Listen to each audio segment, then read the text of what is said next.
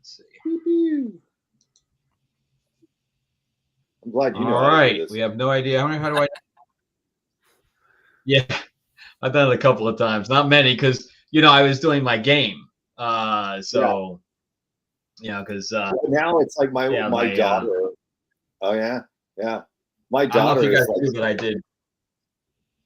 Is straight out like Minority Report with this stuff. She's like, and I'm just like, I'm the guy who's like, how do you turn the blinking 12 o'clock off? Like, that's me now. I've entered that stage. I don't even know what you guys are talking about. That's a stage. So yes.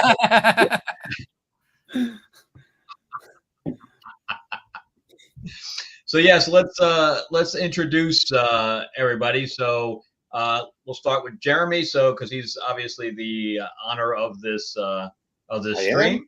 Been following Jeremy. Yeah, Jeremy and I have been friends since LA when I met him at a signing out in Collector's Paradise, right? Yeah. You had like your own time. You would create your own or something. I was like, what is that? And you're like, I created it. So I'm like, I got to talk to you. Yeah. Like that was how quick it was, Right. And we were at a booth with Jeff Johns and a couple other guys. Howard Chaykin was there. Howard Chaykin. There was the signing for the Flashpoint 2, right? Yeah.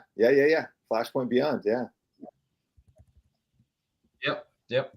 So we ended up having lunch and talking about the industry and talking about film because I'm a film producer and all that stuff. And so anything I don't, anything you say that any questions I have about projects or whatever else that you can't talk about, just I can't talk about that. We'll just leave it at that.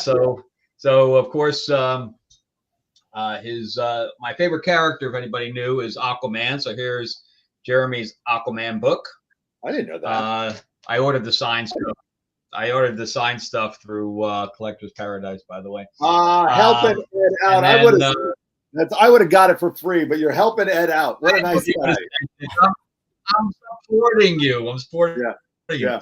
And this is his newest book out right now, which is Fractured Spectrum.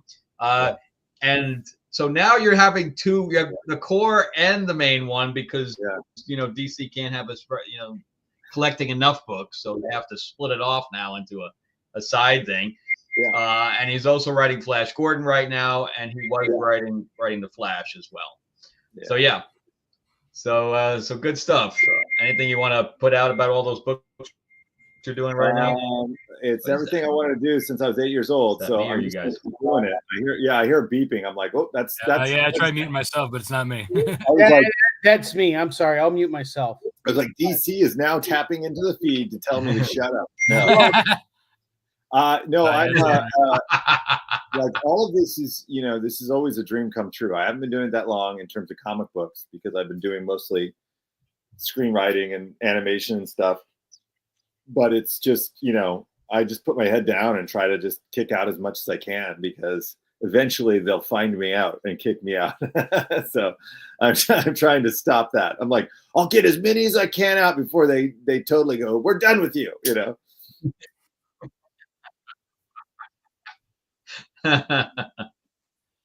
And then Rob has I've been friends with Rob for a little while now. We help each other out as far as marketing is concerned quite a bit. He has two books, one called Snowpaw and one called Nightwolf, right? And they're all werewolf based. Yeah. So Nightwolf's my first. You want to say something about your project? Yeah, sure. So Nightwolf is my first series. It's about a young man who finds out he's born a werewolf, gets thrown into a supernatural war against demons, witches, vampires, other werewolves. I have 9 issues out now. I have 2 volumes. Each one collects 4 issues. This is the hardcover for volume 2. It's got a spicy little die cuts. Cool. Below it. And then I also have my spinoff series Snowpaw, which actually Snowpaw is Nightwolf's mentor. But in her origin story, it takes place in the 19th century Scotland. She is a Scottish female werewolf who, before her first transformation and doesn't realize she's a werewolf, is betrothed to a rich man's son in order to save her family farm. But during the engagement party, she is noticed by a high-class werewolf who then attacks her family farm, triggering her first transformation. By the way, that would be the best Hallmark movie I'd ever watch if you could just get that way. You know what I mean? I mean, you know, I hear we have producers in the room. Yeah. You know what? It actually reminds me of a lot. It reminds me a lot of like Teen Wolf. Like it really has that vibe going for it. It's a really great book. That's cool. Well, I did see Wolfman last night, and really? the creature effect is pretty bad. Oh, like I assumed that it was. It was obviously the record choice. It was. Did you watch it? Did you see it? Anybody see it? No, I've seen like it is. things. He's not furry. Oh, really? Yeah, he's not furry at all. It's so it's just a man with like teeth in. Man makeup. Yeah.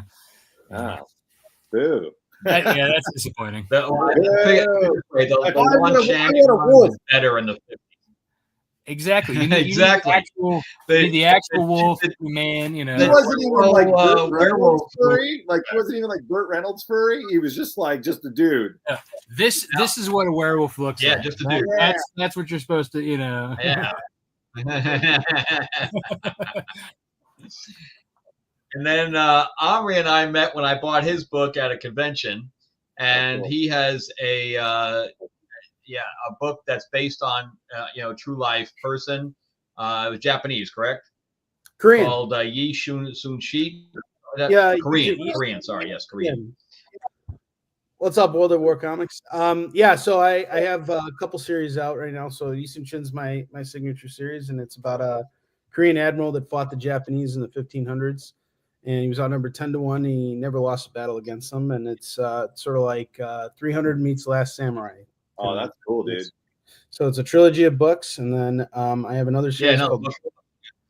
Oh yeah, and then I have another series, Warline. Yeah, that I just released. It's about an old vigilante and his daughter going after the tyrant that destroyed their lives and now controls their city. I don't have any copies of it here, unfortunately. You have a shirt on, though. I see. I have a shirt on. Yes, it's almost like apocalyptic. Yeah, and then I worked on. What was that, Frank? Oh, what was that? Yeah, it's almost like a apocalyptic because you have the villain's like a cyber villain. Yeah. So So I did that, and then I did another graphic novel about my grandfather's life. It's called Mark's: A Tale of Survival. I also don't have a copy of that right here. And I did some licensed work. I worked on a Tales from the Crypt story, and there's small things here and there. But I'm also a reseller too, so I sell comics online. Oh, very cool. Yeah. What about you, Frank? Nice. Give the people what they want. Oh, then I got my stuff. There's my sci-fi, which just got picked up by Blood Moon Comics, so it'll actually be in stores now. But this is the full 6 issues. And then in my Vampire Mob set in 1950s Hollywood, which is True Blood meets The Godfather, called Lords of L.A. And then my female spy called Cats, Covert Anti-Espionage. And that's it. In fact, the one I'm working on right now, which I just getting layouts for. I think I sent that to you to look at. Jeremy was it's Fairy Tales of Terror. Yeah. Oh no, I had a lot of fun writing that. Not because it's bad. I'm enjoying it. Just for some reason, everybody decided to send me things in December, and I'm just like slowly going. I know you said that you got inundated. Yeah, but I dig it. I actually need to. So Jeremy, you've been in the business. What's that? No, I was going to say I really want to pick up Jeremy's Green Lantern run. I really want to start the all-in the first issue of that. I didn't know you were writing that. You got to go back now. I saw you writing. You got to go back a year, pretty much. No, it's a couple. Oh, okay. You've been writing it for a year, but the all-in. So the all-in's the jump. The main title. The fractured. New story. It's the new storyline. Yes. Yeah. And not to say that. I mean, it's a more accessible moment, but if you've been following it, then you'll totally understand what's going on. But yeah, it's I'm lucky, man. I'm lucky that I get to work with so many incredible artists, because that can make or break your story 100%. And I've always said that. We're going to talk about that too, because yeah, go ahead. I mean, that was, to me, like I've said this a lot. Like growing up, if somebody told me a book was really, really good and I opened it and I'm like, well, like the art, the art was just like, ugh, and that's not for me. Especially like abstract stuff, like my dad. And this is just, it's very subjective, right? And so I remember my dad giving me, I think it was Arkham Asylum. I think it was just Arkham Asylum, and it's that very painted, painty, like kind of surreal thing. And I was like, yeah, not for me. I will be reading Danger Girl. You know what I mean? Like I was just like, really quickly, I knew what I was, and I was not the guy that was going to be like, ooh. And I've gone back as I gotten older. I can be like, oh, I can go back and read it with new eyes or whatever. But for me, if it looks good, and on Green Lantern in particular, I have this guy Zermanico who did Flashpoint Beyond, and he's so good. He's so good that I'm just constantly afraid they're going to take him away. And I'm just like, I'm on the verge of tears, ready for them to pull him away from me. And then it's like, oh, the gig is up. No one will read this again. It's so interesting that you feel this way, because like sometimes I feel like that as an independent guy, but having that fear that like, hey, the artist that I'm working with might get poached by someone else. Yeah. It's funny that like, even at the top, it's like you still have that same fear, Yeah. And it's understandable, because like I read a lot of monthly books, and they pull people off after, like 3 issues most of the time, so that they can catch up with other stuff. Or yeah, because especially some of these guys that are so detailed, it's such a grind, right? And I now try to build in an extra cushion issue or something that I know that we can bring in another artist to fill in while the other guy catches up, so that he can keep going. And because the level of ability that these guys have is so tremendous. John Tim's on Aquaman, so good. He's so quick though, but like Fernando Passarin, who's doing our Green Lantern Corps, he's so detailed. And a lot of guys coming out of like Brazil and Spain, man, are just unbelievable. Yeah. The demand on that is crazy. Like Dan Mora, he's doing 2 monthly books right now. Yeah, and Mark Waid's like, he draws like, evidently he's super, super fast, but you look at it and it's like, there's something about, he has a simplicity of his lines, but they look so good. They look incredible. Right? They look like a cool version of like the G.I. Joe, like the best version of the G.I. Joe cartoon. Or like remember the opening of the Thundercats? You're like, yeah, this is going to be the best thing ever. And then you watch the episode, you're like, and it would totally mess with your brain. You're like, no, all of it was like that. All of it. No, none of it was like that, except for the opening. Man, yeah. Is this the first time World War Comics just wrote this? Yeah, I worked with them on Flashpoint Beyond. That was the first time, and that was working with like Jeff Johns. You know what I mean? Like working with Jeff Johns and my friend Tim, and we're just sitting there going like, well, this is surreal. You don't get those opportunities every day, and super cool. We totally approached story different, but it was really interesting. Yeah, so going back to the artist thing, I run into this after doing this for years now, especially on the independent side, that they're so slow. Artists are very, very slow and unmotivated. Do you guys run into that at all? I assume on the DC side, you don't run into that because they have a deadline, right? Yeah.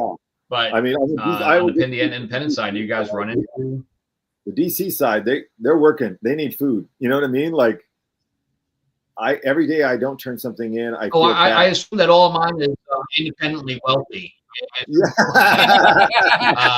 Because they're so slow.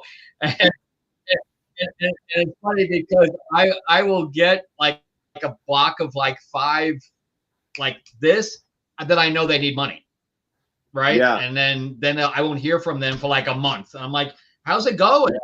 And then I'm like, oh yeah, it's coming. And then all of a sudden they need to pay rent. And it's like, here we go. Where do you find your guys? All of you. What's that? Where do you find your guys that you work with? I found my first ones on DeviantArt years ago. And then so that was like for my Nightwolf, Carlos. I met him through DeviantArt, and my colorist Gat Melvin. They both were through Deviant. And then Mog Park, I just happened to meet more through Onrie's show. Actually, I was on his show selling Nightwolf with him, and then Mog happened to buy books through him, and then that's how her and I got connected, actually through Facebook. That's awesome. I still love that, and Mog is one of my favorite people. So like, I'm just so glad that you guys were able to collaborate and do stuff. I found artists through DeviantArt. Believe it or not, my first artist, Giovanni Timpano, I found him through digital webbing. Oh. And he's done some stuff for DC. He worked on a Batman crossover series, and then now he's working for Activision. He's doing their like Call of Duty comics. Oh wow. And so that's cool. I mean, it's cool. It's great to see people graduate. Like, I don't, and that's actually something I'm curious to know about with you. It's like, all right, you're operating at the top, like, you're where everybody eventually wants to end up, in, whoever wants to work in mainstream comics or like artists and things like that. So it's like, where do you go from there? You build your audience, and then where do you go from there for like as an artist? You're working at Marvel and DC, and you've built this thing. So it's like, where do you graduate from there? Yeah, you start your own company, right? Yeah, I would say you start doing your own stuff. Brian Pulido's a good one for that.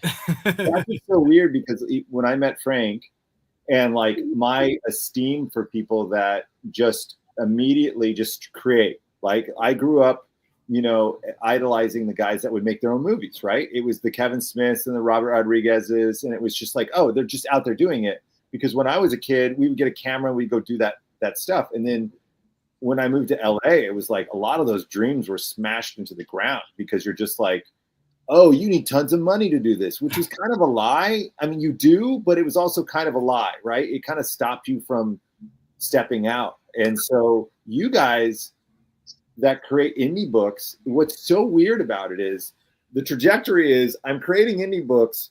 I want to get an A-list title just so I could go back to creating indie books. Like, you know what I mean? It's like that weird trajectory of like, you go back to doing indie books. Well, I think that, at least for me, I can't speak for Frank or Rob, but I decided I wanted to do indie comics because I wanted to tell the stories that I wanted to tell. Right. Necessarily like, and of course it doesn't, they always say like it wasn't, it shouldn't be about the money, but for me, it was about the money. I wanted to make money doing this. Right. Sure. And I wanted my cake and eat it and be able to eat it too. And that was a sacrifice. That takes time to build it up. And I'll tell you, I spend way less time writing and way more time with sales and marketing. And I'm sure, Rob, it's the same for you, because it's like, that's how you do it. Right. I don't know how you do it, because you got to write all the time. And it's like, hey, you got a deadline in like 2 days, you got to write a script. And, like it's hard, just pumping this stuff out. And it's like, you want to get stuff out that he does post on X a lot. What's that? Right.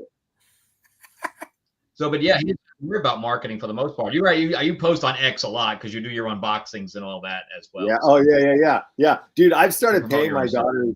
Like my youngest daughter, she just see dollar bills in her eyes. And I was like, I just started going like, you guys want to do commercials for me? And they're like, yeah, and I literally was like, I'll give you $20. They're like, $20 per commercial? Like their brains, like, so even I'm going to MegaCon for the first time.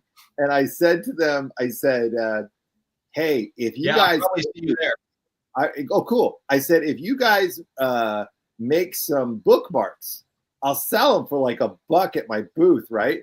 So my oldest daughter just like takes her time and makes these beautiful, like 3 beautiful bookmarks. My youngest daughter like draws one, photocopies like 50 of them, and then like laminates them all. And I'm like, that's pretty smart. Like, she's got work smarter, not harder. Yeah. Totally. But like back to the artist versus the business person. Yeah. But I mean, back what you're saying, it's like I am in a position where it's like I'm writing a lot, but like in the back of my head, I also realize there are a lot of stories that I want to tell, because I'm really playing with somebody else's toys. and anything I add to it is not mine anymore. And I love DC and I love Marvel a great deal, but I'm also very clear-eyed about it. Like, I really enjoy working on this, and I love working in the world of those things. But I also know it's much like when you write a screenplay and you sell it. It's like, it's gone.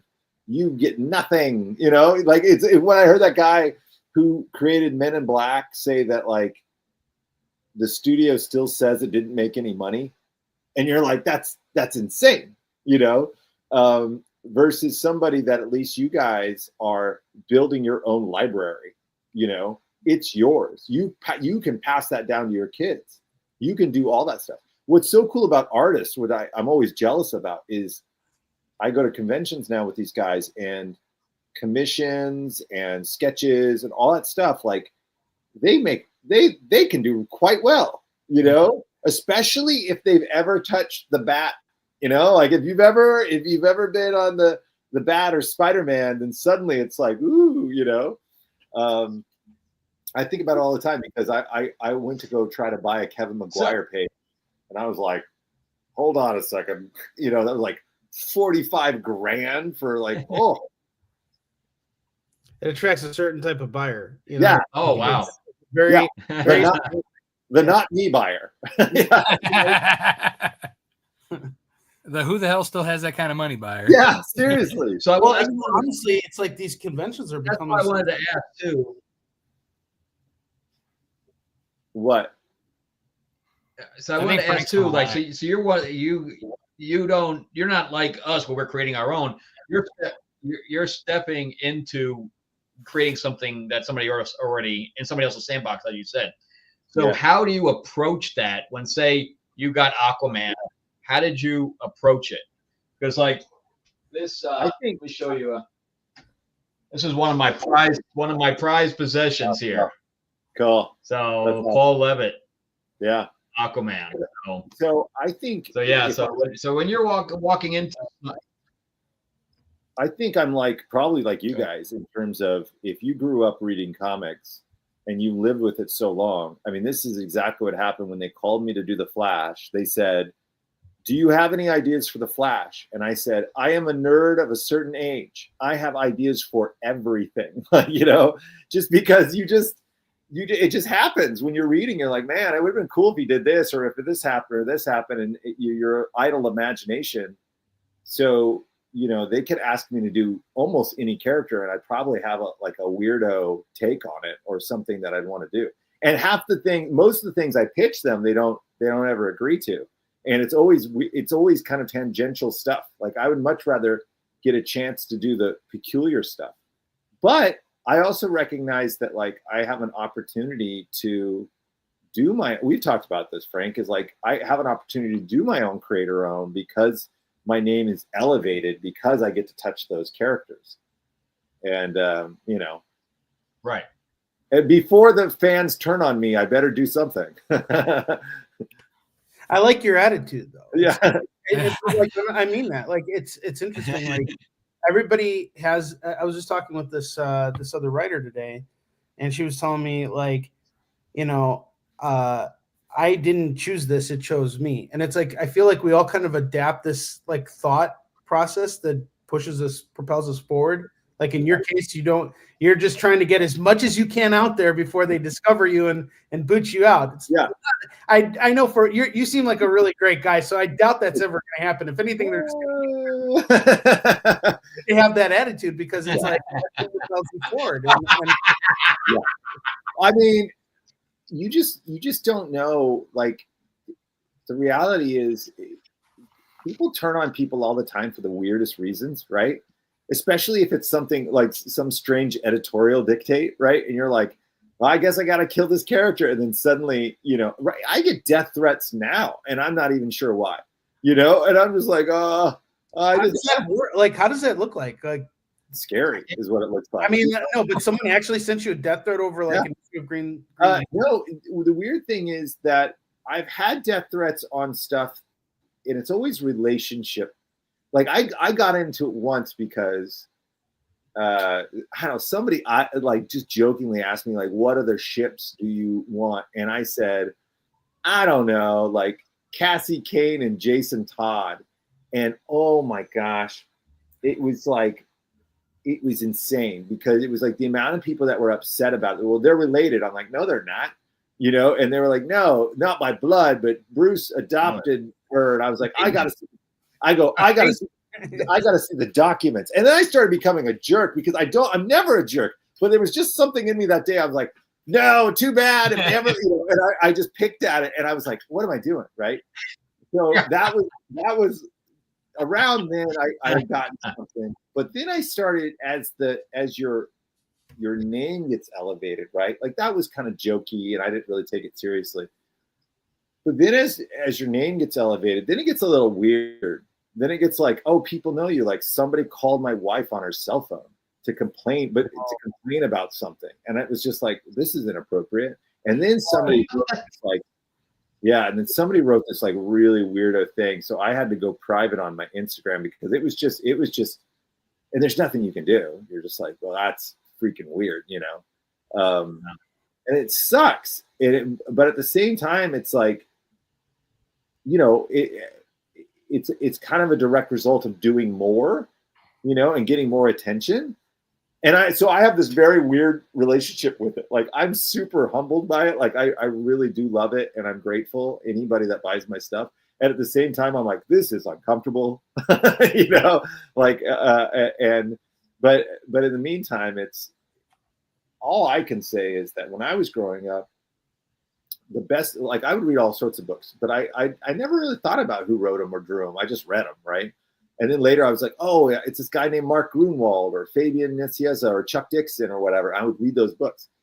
And the best books were the ones that made me want to go outside and play those books, like, you know, imagine. And if I can add even a tiny bit to somebody's imagination to where they want to do that or they want to write, like how many of us were inspired by Stephen King, man? Like, I remember the first time I read a Stephen King book, I'm like, I am an author. Like immediately, like this is something you can do, and I will be doing it, you know. So it's intense, but I look forward to the chance where, you know, Frank knows this too. In the entertainment industry, they really do chew you up and spit you out, and you are a very quickly used commodity.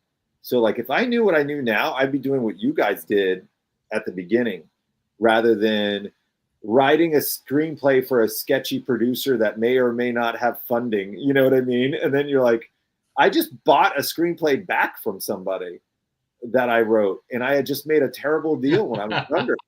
And so I finally said, I want this back. How much can I, and he scalped me for it. That he never did anything with. No. Wow. So the fact that I learned the licensing part of that very, very quickly in LA. Right. You know, that I just license it, you know, until for a certain amount of time, and then that's it. I think it's genius, especially so that brings me up to the next question. Good. Oh, I wanted to. I know I got a delay for some reason. The only thing I was going to say was the way that Hollywood is now. Like, you don't know, any of you guys don't know, who's walking around those conventions looking for an IP that they can use. The money is not coming from the studios anymore. There's some, but it's like I know a lot of independent producers and a lot of foreign investors that are doing that stuff. And a lot of my friends are getting a lot of money to develop stuff for some place in India or some place in Eastern Europe or whatever. So like, to me, it's like you guys are having your banked IP. Like you tell me Last Samurai meets 300. I'm like, that seems like a home run to me. Well, you know, you're right. But, you know, like when I was talking with Frank and I actually had a conversation about this at Dragon Con. And really, it's a budgeting issue. Yep. It's like, I got to find somebody right now who's got, what did you say my budget had to be? Like somewhere around like 170 to 100 million or something like that because of all the special effects and all the things. No, I don't remember, but it was a large sum of money that we can do yours. We can do yours for like 10 to 12 million. No, only. Well, that makes it easier, of course. But yeah, still, you still gotta find that 10 to 12 million. You got to find that person who's interested in it. And I don't know. It's been really, honestly, I don't think I've really pursued it as much. I've tried to, but it's just like, like I have a trademark, I have the trademark registered and everything like that, which is one thing that they say is like really important. You want to have that, but like, there's just also so much legwork they want done too. Like they want you to have a pitch deck put together. There's so much, you got to give them your vision of what the film is going to be, not just what that's what I do for a living. Yeah. That's what I do for a living. I do pitch decks and budgets for a living. So it's crazy. I mean, but do you, Frank? Do you see? Do you see that kind of? Because I've noticed that there is kind of a weird. Like I grew up with a love of straight to video action movies and horror movies like Full Moon Video, and I feel like there's another boom, but it's not straight to. It's like Netflix is doing like a lower tier of movie in terms of budget. And I'm seeing some really cool stuff show up. And that's half the time that's more entertaining to me than the $150 million movie. Yeah, I think that depends on. Well, let me tell you what's going on right now for the industry. Let me tell you what's going on with the industry right now since the strikes, because the strikes changed everything. Because the streaming services have been losing billions and billions of dollars. And this is when the writers and the actors decided to strike. It was the worst time in existence. So everybody lost their contracts, and that's why it was drawn out as long as it was, is because they were waiting for the force majeures of the contracts to go up. So that's why everybody lost their contracts, because they're like, we don't want to spend this amount of money anymore. So instead of, then they just agreed to everything, because they knew they were going to produce less. So this year, instead of doing 35 pilots, they did 13. Crazy. So all of the writers ended up losing more positions than they gained by adding people to the writer's room. It was so silly. Wow. But what's great about this is that the independent film market has now exploded, because the networks and studios are producing less.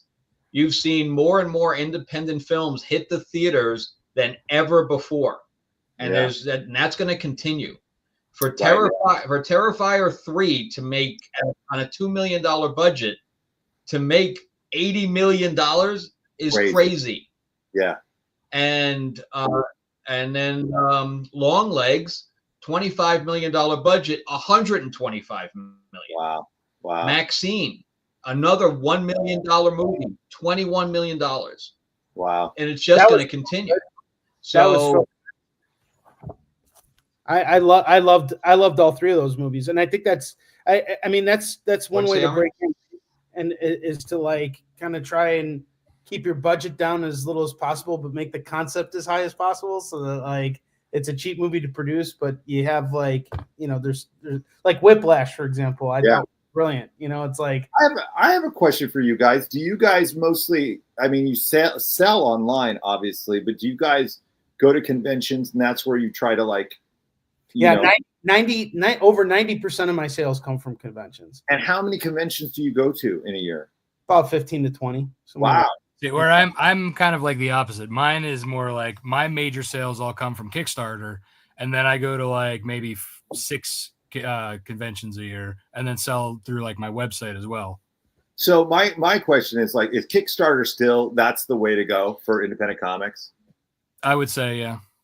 I think I'm not like Rob is a master of Kickstarter. Like he's really, really like, I can't pull the kind of numbers that Rob does on Kickstarter. Yeah.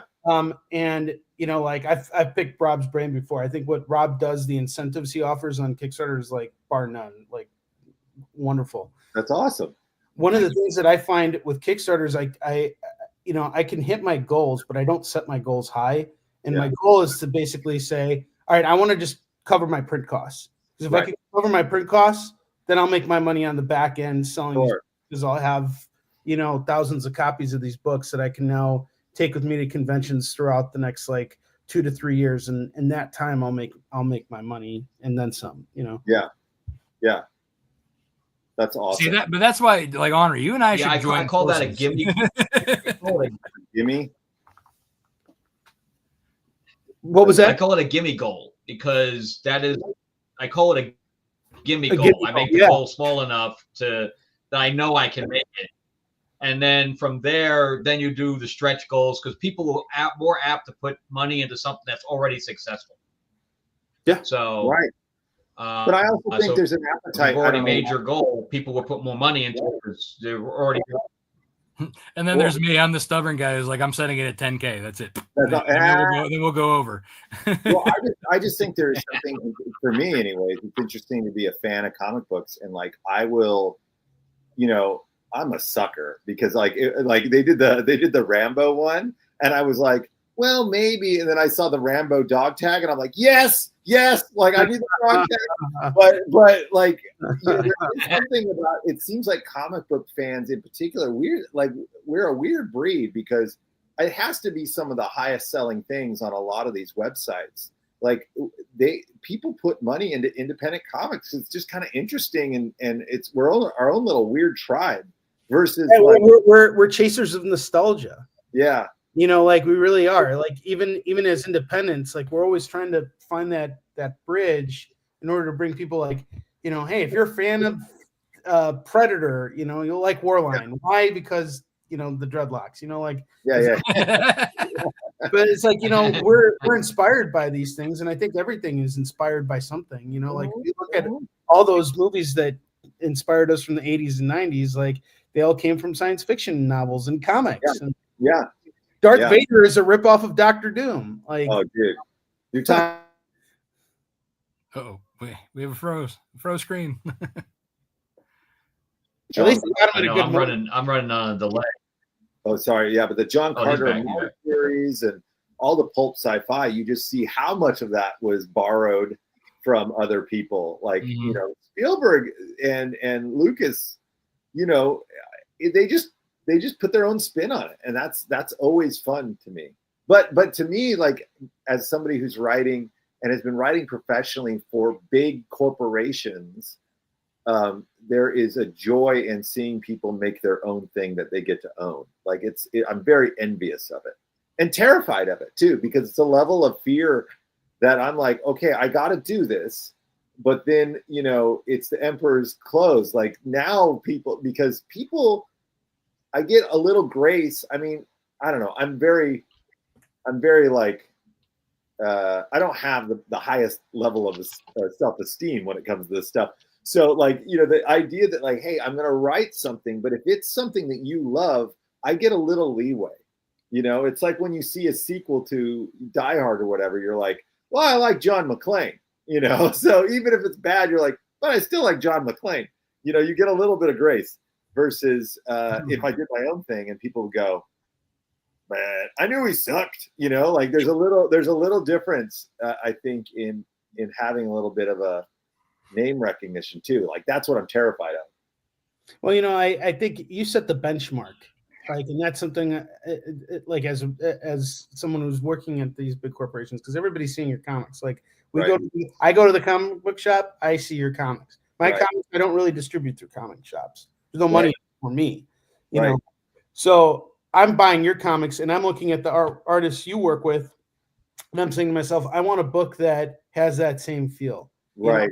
Not I want to rip off what you're doing, but I want it to look good and professional. And I want to make this book look great. I want people to feel the same way when they read my work. So I think that's a huge responsibility, and it's very interesting to know that like even someone at the top has like we're all in this together, and we're all doing the same thing, but in different ways. It's totally.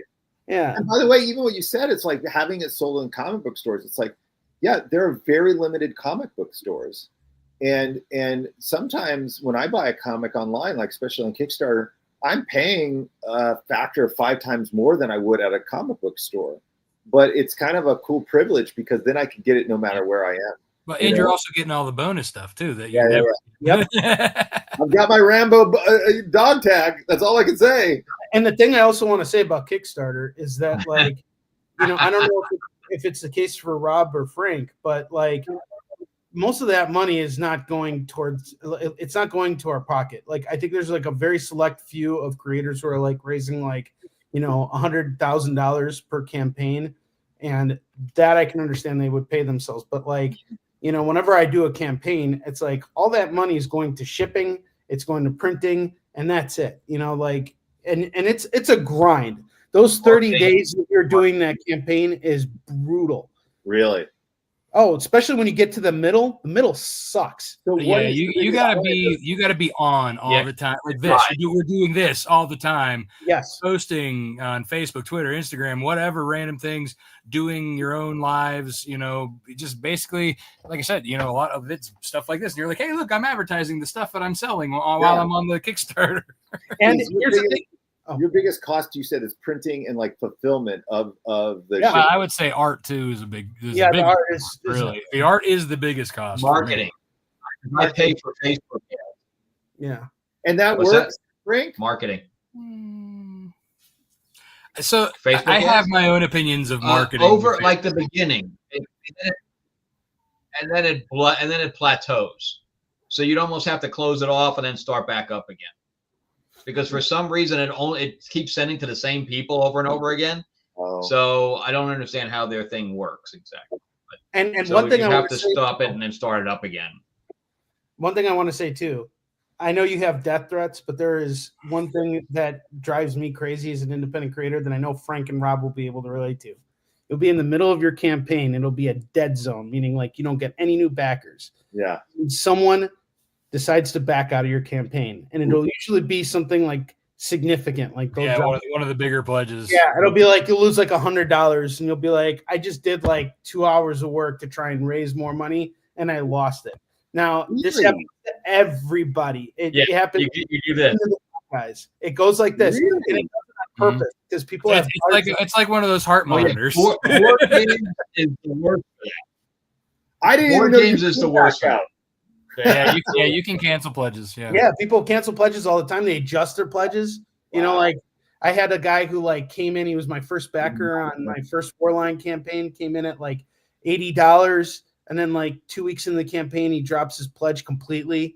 Oof. And it's just like it's devastating, and it happens at the worst time. It's almost like God is laughing at your plans. You're having like you're like. You wake up and you're like, all right, I'm tired of getting kicked in the teeth. Today is the day I'm going to fight back. But that's the funny thing about it, though, is that we take it personally. But like most often, somebody got into a car accident and they had to get their car fixed, or like they couldn't pay the rent. Like they're actually spending like hard-earned money, but like they have that 30 days or whatever, however long you're running your campaign. Like if something happens in between that. Sure. They got to be like, hey, most people don't say anything, but sometimes you'll get that one person be like, hey. I really want this, but I can't. Yeah. And, especially if you're like an ongoing series like Onrie and I have, they know we're going to be back, right? So they can always come back for the next one. Now, you're not going to get the same people. The first time you guys did your own comic and the first one that was fulfilled, though, was that like the greatest feeling in the world? Oh, yeah. Oh my God! It's like taking a really massive dump. It's always the best feeling when you get. Oh my God! It's done. It's like all the hours of packaging and like sitting there and like making sure every person. Well, I'm finishing Lords of LA literally right now. I have like 2 left. Yeah, and then I have to fulfill to the store. One of the stores out in Florida. He ordered 50 copies. And then I have, guys know Preston Poulter? You guys don't know him? So he bought like 50 copies, right? Huh? He bought 50 copies of Lords of LA, and then he didn't tell me. And then did a search for my own book just to see, where if it was still listed or whatever else. And then second one came up. And I'm like, what the hell is this? He was selling my book. Amazing. I mean, hey, somebody else saw it for you. That's all. He ran his own campaign selling my book. That's insane. I mean, he could have just told me. Now he did it again, and he was selling them for like far more than I sold them for. He put his own cover on it, which I did for him, and then he made quite a bit of money. So what is the? So it's very interesting. But he could have told me the first time. Second time. Aside from the book, would you say it's a variant cover, or would you say there's like a stretch goal or like a little add-on? What's the one that sells the most for you guys? Like a keychain or freaking whatever? I say variant covers. Yeah. Definitely. I mean, I between like 5 and 8 that I have throughout the campaign. Those usually sell the best. Yeah. And then like if you had, like for me, I have like little Lego figures of my characters that. Yeah. They haven't come after you yet, huh? Yeah. No. Well, they're so it's like the guy takes like the decals and prints them out onto the, so like I have stuff like that. I do apparel, obviously you can see. Oh yeah. But like I'd say, like I said, the highest selling stuff are usually like the variants, or people trying to catch up and get like, the variants they didn't get before, or like trying to think what else. Sketch covers. Oh, cool. Those are always, people love those. If you have sketch cover commissions that you've worked out with artists, I'm starting to do STLs now too. I'm starting to do STLs. So I'll just drop the STL instead of actually getting them printed.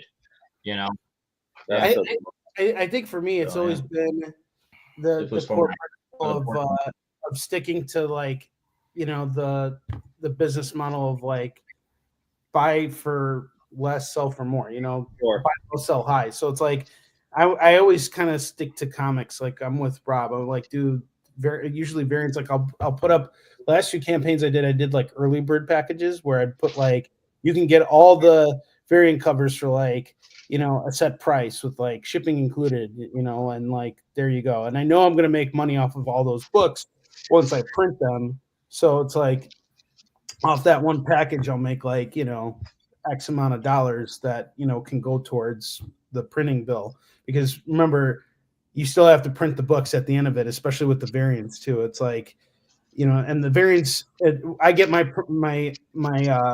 bulk print, like my A covers, I get those printed like overseas. But like if I do variants, I print them I print them domestically.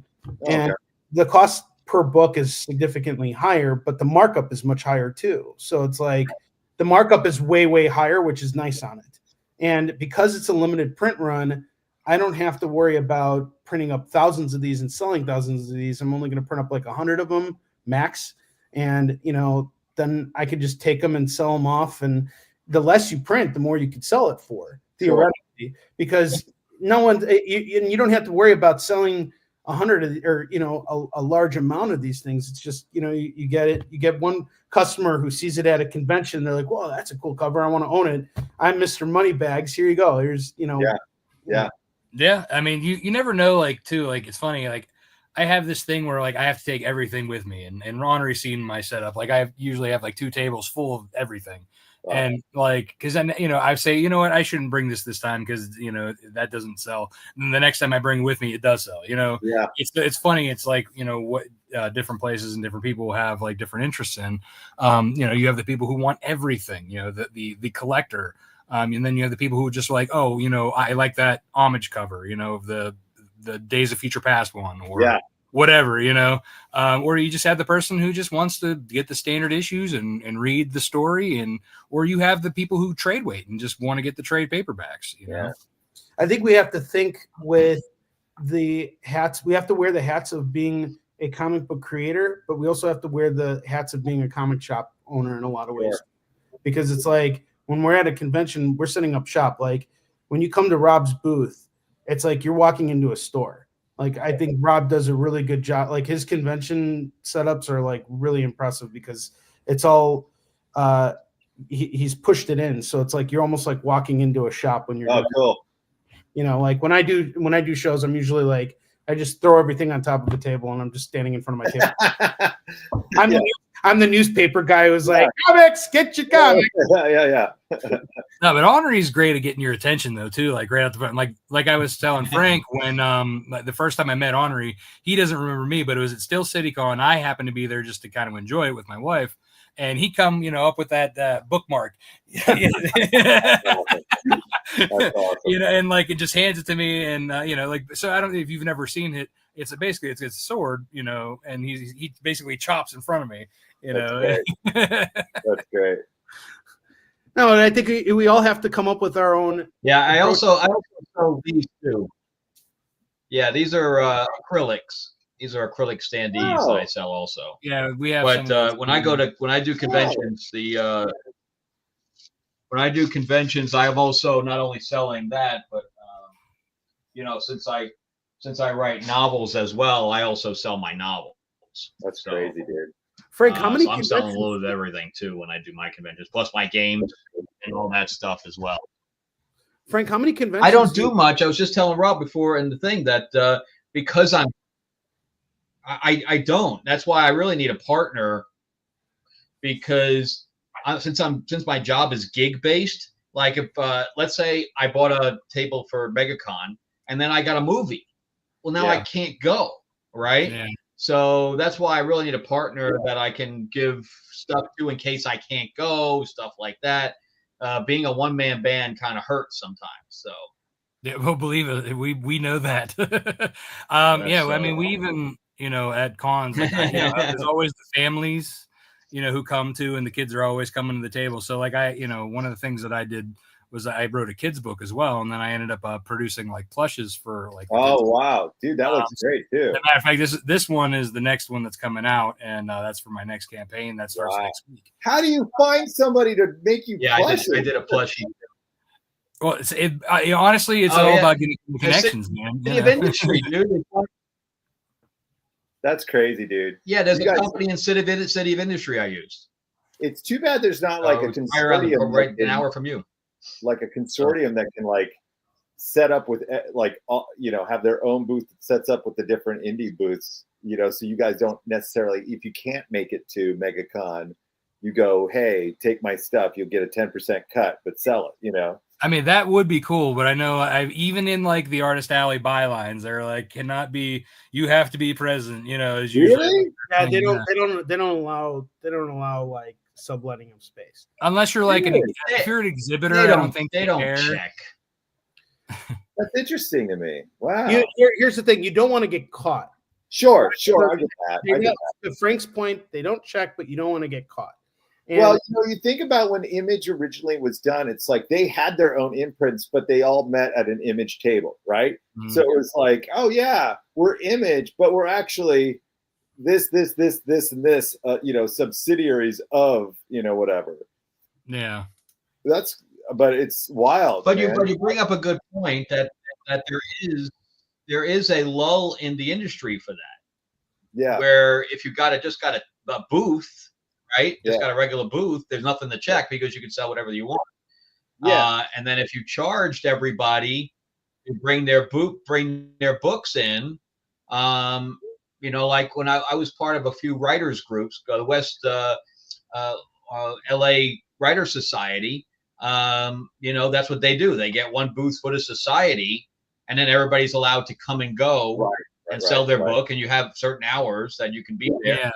You know, stuff like that. So there is a lull in that. I would love to do that. Whereas like Artist Alley, like you're there as the artist. You know what I mean? There's a different story. Right. Wow. I can't believe we've talked for an hour. But yeah, there's a lull for that, though, for sure. Oh yeah, I didn't even notice. That's crazy. But yeah, we can go ahead and wrap this up.